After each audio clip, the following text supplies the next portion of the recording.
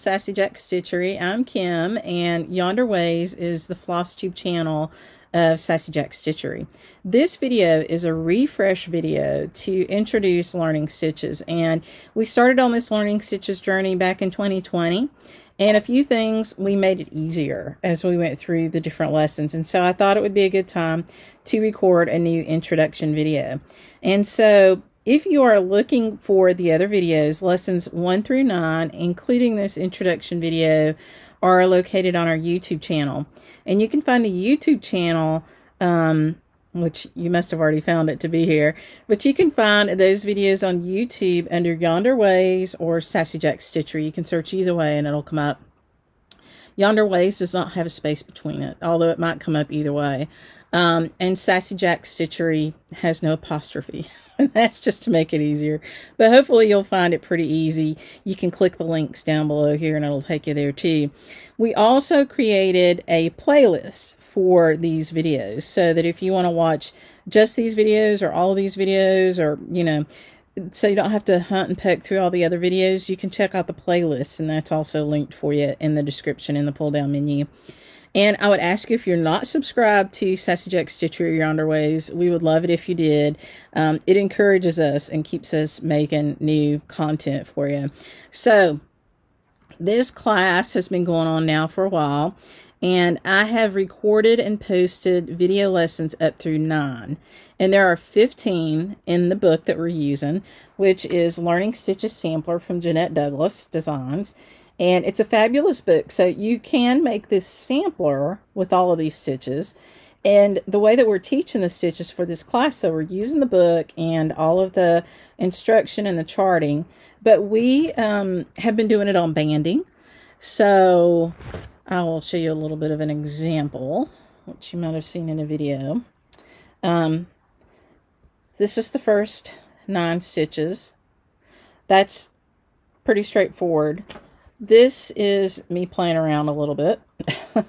So, and I did the instructional piece on 21 count banding. Now, because of the pandemic, I don't have any more 21 count, but I do have 28 count. And so I have another one that I started, which honestly I haven't got very far on it, but this is the 28 count. And it comes in different colors and sizes and stuff, and I'm going to show you a little bit of what we have available, again because of the pandemic and because we've been doing this for a while. We don't have a ton, but we do have some. Now this little guy here you might be wondering about, because he's not on Jeanette's, he's not in her book. Well, he's a free download, and so we did an introductory band and we did a conclusion band that just gives you a memory of who you did the course with when you started it, blah blah blah. And these are free. These are free for download, the beginning and ending band. And so if you look at the blog link, you'll see these different downloadable files.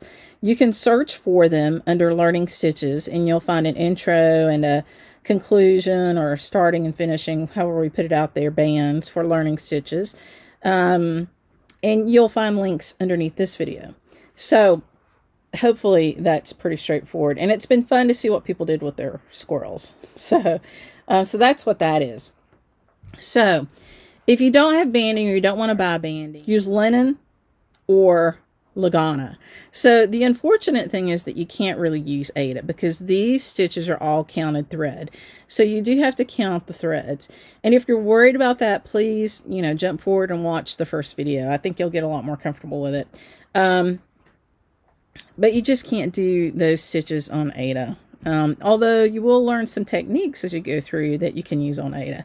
So I would encourage you, if it's your first time on linen, to give it a try. And if you're worried about it, you can get a 28 count linen or Lugana, a long strip. And we're going to put some of those on the website for you that are going to be cut in a strip size that you can use, so that you don't have to worry about buying a whole yard or something crazy like that, because you do really want a yard long piece. And then we will, if you want to use the linen or the Lugana, we'll teach you an edging stitch, so a hem stitch or an unstitch, and we'll show you how to finish off the edges, so you don't have to have banding. And if you have a piece of linen in your stash that you want to use, or Lugana, then use it. This course is meant to be, as I'm presenting it, a way for you to stitch from stash. A really low cost way for you to kind of figure out how to do some new stitches. That's my goal with this. So what do you have to have? Well, you do have to have the book from Jeanette, and it is not free. So it's worth every penny that you'll pay for it. And we do have these in stock. So you do have to have this book from Jeanette to have the pattern to do the stitches. And you might think you can follow along the video, and you sort of can a little bit, but really to get the spacing, get the stitch right, you need the book. And also Jeanette gives you great history in here. And the book does contain the chart for the full sampler. So it's a great investment. I think you'll find that it's a wonderful reference tool.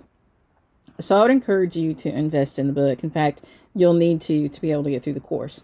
Now, what else do you need? Well, you need some fabric, and we talked about that. You can use banding, you can use Lugana, you can use linen. You really can't use Ada. You need some fiber. So I stitch the learning piece, so the instructional piece. On this side, it's been flower thread. And I did that because it was a single strand. When I got down here to this side, I used some Silky Thread, number 12, which is also a single strand, and you can get that in a spool. I've used some floss. This is actually 2 strands of floss down here, and there might be some floss mixed in up here too. So you can make it work with whatever you have in your stash. That's the beauty of it. You do need several colors. I'd say at least 3, maybe 4 colors of your choice, or you can use a variegated thread. I did use variegated on this part down here. I used solid color on the learning part. And then of course you need a needle, or a few needles, because you're probably going to lose one. If you're on a 28 count or even a 32 count, usually I use a 24 needle. And I do that because the needle has a job. It's really not meant to be the smallest needle you can use. It's meant to open up the whole of the fabric to let the thread slide through without too much friction. So your needle really should be matched to the count of fabric that you use. And if you're on a 28 count or a 32 count, I usually use a size 24 needle. And that's also true for an Ada 14 or 16 count, a 24 needle. Now on a 32 count or 16 count Ada, you're kind of on the in-between line where you could jump up to a 26 needle. So if you have a piece of over-dyed fabric that is a tighter weave because of the process of over-dyeing, then you might want to jump up to a 26 needle. And that's true as you go on up the counts too. So I would use a 26 needle on a 36 count linen, and I try to use it on a 40 count linen. And of course, if you're in the legacy linens, the counts are a little different. You would be talking about a 37 count linen. Once I get to 40 count, that's when the needle size kind of changes again. And sometimes I use a 28 count, sometimes I stay with the 26 count. And so you kind of have to try it with your linen. If the thread is rubbing too much as it goes through the eye of the needle or through the fabric, then you're probably on a needle that's too small. And so you need to go a little bit bigger needle. So most of us are going to be on a 28 count, either banding or Lugana, or a 32 count. So you would hopefully use a 24 needle. So that's your fabric, your fiber, your needle, your text. The only other thing you need is a hoop. And you'll see in the videos that I used a couple different hoops. You can also stitch in hand. So if you like to stitch in hand, and I do that a lot, you can stitch in hand. And stitch in hand doesn't mean that you're doing the sewing method that you see a lot of people do on different videos. It just means that you're holding the linen in your hand and you're stitching in hand. And when I stitch in hand, I actually still use the push and pull method, or poke and stab, whatever you want to call it. I don't do the sewing method very often because I just don't like the way it looks. So the hoops that you will see me use are a small oval hoop that is, I want to say it's like a 4x6, something like that. It's a Hardwick Manor hoop. And you also see me use kind of a rectangular hoop. It's called a square round but it's really kind of rectangular, for lack of a better word. Also, hardwork manor hoop. You could use anything. You can use a Q-snap. You can use a round hoop. Whatever you're comfortable with. You don't have to invest in something new. If you want to, that's great. You know, try the hardwork manor hoops. They're fabulous in quality. But, you know, you don't have to.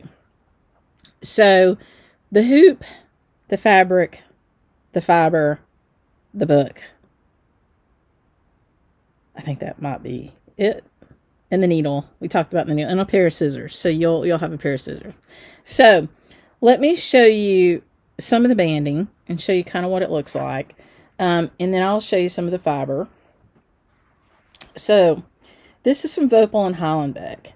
And this has a really pretty edge. This is a natural color with a crocheted edge. And it's about 4 inches wide. And it is a 27-28 count. And I say that because the looms are ancient. And sometimes if you count them, they come out to 27. Sometimes they come out to 28. This is another really pretty one. Also kind of a light natural, I would call this, with an embossed edge. Again, a 27-28 count.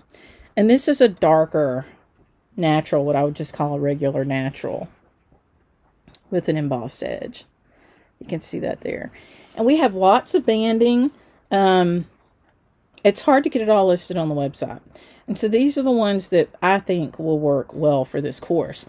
Again, I'm also going to list out there some long strips of Lugana and Linen. Now, Lugana is great to use instead of linen because it has, the threads are the same diameter. So when you stitch on a piece of linen, whether it's banding or not, the threads, every thread might be a little bit different diameter. It's a natural fiber. And so they create the linen thread and then they weave the linen fabric. On Lugana, it's a synthetic. It's not a natural. It's not 100% natural fiber. And so each of the threads is the same diameter. And it makes the holes easier to see. So if you're just starting out with linen versus Ada, you might want to try Lugana. Just because you can see the holes a little bit easier. So this banding, though, is also very easy to see. So, you know, pick the one you think you're going to like the best because that's the one you're going to stitch on. Okay, now for fibers, I have really stitched a lot with flower thread. And this flower thread that I use is also from Vopal and Hollenbeck. You can get flower thread from a few different suppliers. It's just a single strand thread. It's like floss, but it's thicker. This one ply here is about the diameter of maybe a purl number 12 or 1.5 to 2 strands or 2 ply of floss. And normally we would say it's equivalent to 2 ply of floss. It's somewhere close to that.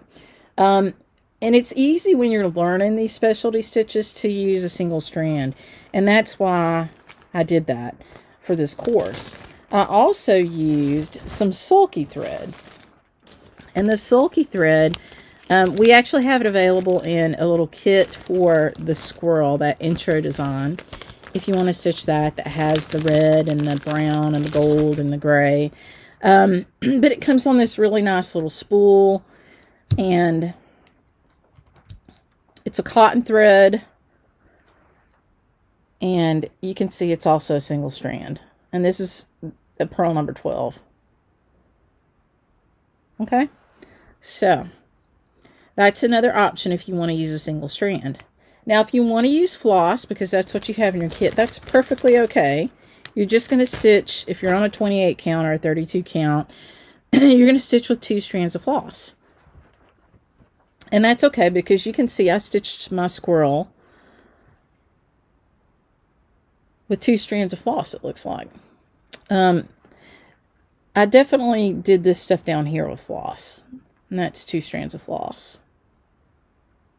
So, and I kind of marked my sections on this banding so that I knew how big I wanted each one to be with how much banding I had. You can do that. You don't have to do that. And if you want to make sure you have enough room for everything, because these patterns that we're going to do are repeatable. And so you can make as many or as few rows as you want. So that's the floss, that's the fabric. We talked about the hoops. We talked about the book. You kind of need the book. Access points, you know, you can go to YouTube. You can look up Learning Stitches there for the playlist. You can look at the links underneath this video. You can go to our website, and you can go to a blog post for Learning Stitches, and you'll have all the links in there for the downloadable files, the free ones, the beginning and the ending. To actually get the book, you'll have to purchase that. You don't have to buy it from us. I mean, of course, I would love it if you did.